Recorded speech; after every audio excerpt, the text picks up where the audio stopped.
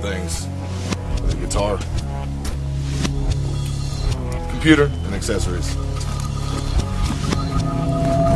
Food.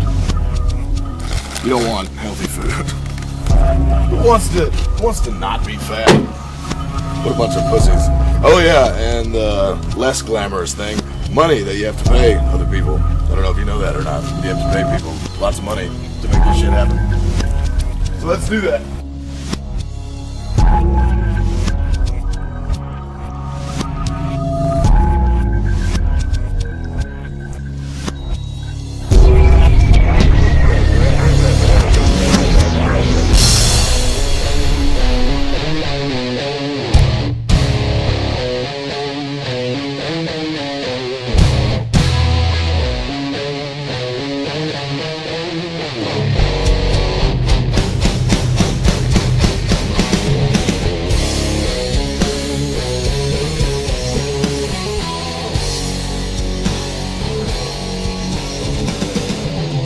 I love this sassy.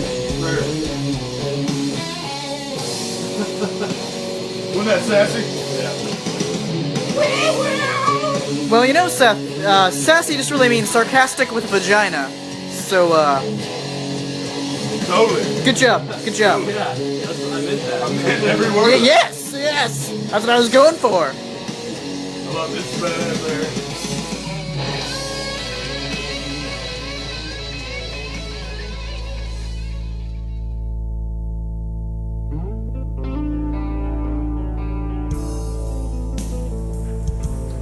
The Sign of the Southern Cross is back for its second full-length album, and once again I returned to my role as recording the guitar, the bass, and the vocals, just like I did for the first Southern Cross record of Mountains of Moonshine. And just like Mountains of Moonshine, I mean, this record has been through absolute just fucking hell. Unfortunately, it's taken so long to get done because unfortunately there's been wave after wave of negative aspects just out of my control getting in its way. But you can't fucking kill it. I mean, this thing is massive, and we're getting it done. We're in the home stretch now. I got a little bit more to go, and you know, there's something about that angst that helps just make magic. You know, I mean, when you get too comfortable, you kind of lose that spark. I wish it wasn't like that. I mean, to be honest with you, I wish that you know, these processes were easy. They absolutely never are. And I mean, don't get me wrong, I'm not trying to be a martyr for every negative aspect that's gotten in the way. I've had positive aspects, supporting me, supporting the music, helping pushing it forward. You got Evan Bradford, who mixed and mastered the EP, I Carry the Fire. He's coming back to help me mix and master this thing. He's also helped me do like a little recording as well. Brian Sturm, incredible guitar player, good friend of mine. He played lead guitar on the EP, and he's actually coming back to play some solos for me on this record as well. And you know, it's coming together. Like I said, this material is just absolutely fucking epic, huge, dynamic, just brutal as shit. But the best way I can describe it is it's just a really awesome mix of the brutality and technicality of the EP and the sort of charm and soul of the first record.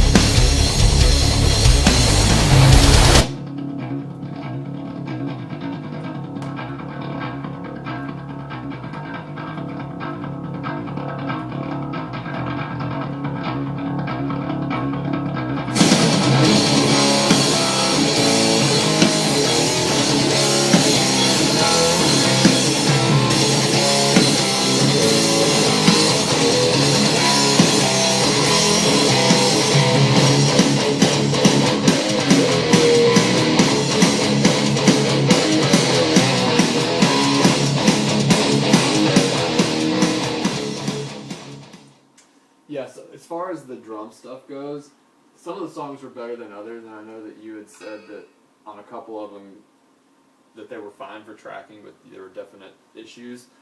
I'm in the process of going back through all those right now and just making sure that there's no like artifacts or anything weird going on. Cool. And it's just drive is it? it's anyway with the drums. So I'm in the process of going back through that, just like listening through really carefully and making sure that everything's like good to go. Cool. So if you hear stuff today, then don't worry about it. Yeah. No. I'll definitely take care of it. If it's not any like really all that much different than It's not going to be any worse than what you what- want. Yeah. So that it's Yeah. So I mean, and it was pretty much fine. I'm just like being really picky about it. Well, that's good because I want you to be. I'm kind of a freak about that stuff. I can't help it. I am too. This bitch must be massive. It pained me to send you tracks that had like stuff, but it was just like I would get them at such random times when I was just trying to get it done enough to where you could, move on. Well, I appreciate that. Yeah, for sure. And I mean, none of it was like.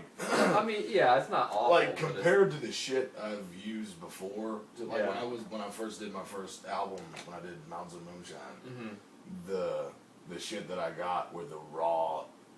Oh, it wasn't in. Yeah. Yeah, the raw recording, nothing sound replaced, nothing beefed up, and that sucked asshole. Yeah. to It's hard to do get that. inspired when you're listening to stuff that sounds like. Exactly. Yeah, it was, and I was terrified because I was like, How is I'd this never- ever gonna sound good? yeah, I'd always done stuff on my own, Yeah. with my own mixing and stuff like that, but I had never done anything to that scale Yeah. with that kind of pressure and money behind it.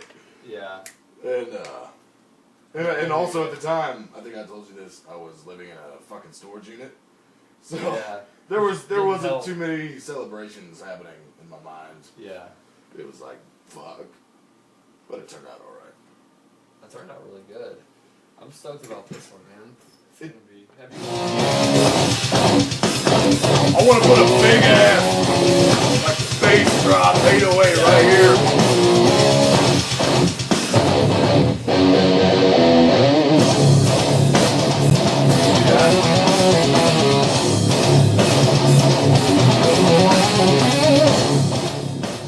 What's up? Evan Bradford here. I'm going to be mixing and mastering the new Southern Cross record. All the tracking's been done. I've been doing some preliminary mixes and should be digging into it pretty heavily within the next week or so. And it's going to be an incredible record when it's finished. I've known Seth for a really long time. I've been a big fan of his work and always respected him as both a person and an artist. And I was really stoked when he came to me to help him with this project because I really dug the first record he did as Sign of the Southern Cross. So you definitely need to make sure that you pick up a copy when it comes out. I promise you that you won't be disappointed.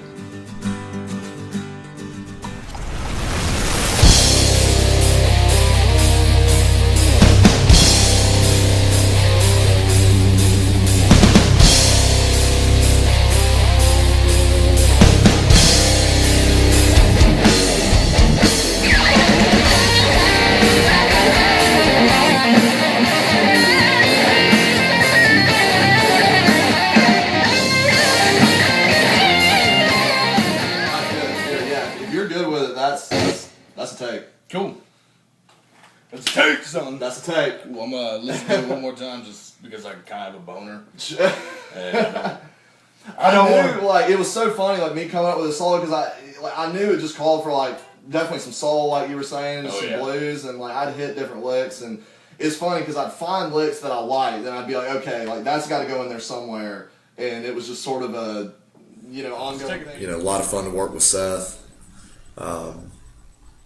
Hearing him, live for the first time then, just thinking, man, this guy really does all this stuff, and, delving into the lyrics and, seeing, this is obviously an intelligent guy that's, got a lot of drive and just a lot of feeling in the music, and that's why we all do it. We do it because we love it. He does it because he loves it, and he wants the audience to feel it like he does. We want everybody as musicians, to take something away from from what we do, something special that you can apply to your own lives, and I mean the new album showcases that to a T. The new material is absolutely slamming. Old Southern Cross fans are gonna eat their hearts out, and I think it's gonna bring in a lot of new ears. The album, there's just a lot of feeling to it. There's a lot of depth. It goes in a few different directions that weren't explored on Mountains of Moonshine, and Seth has definitely grown even more so as a vocalist and as a songwriter. It's gonna blow you away. I can tell you right now. These tracks are heavy. They're raw. They're brutal at times, but they're still so soulful, and they're just good songs. They're well arranged, and even just the way they flow on the album, it just makes sense. They take you on a journey, musically, lyrically, emotionally, at the same time, and they break new ground. He's trying some new things, bringing in some different influences, while still retaining the power and the essence that is the band. It's powerful stuff. And when you hear it, you can hear the reworking in the tracks and just the attention to detail that he puts into everything he does. And you can feel the passion. And that's ultimately the goal, is for you to get out of it what he's putting in. That's what he wants us all to do. And that's it.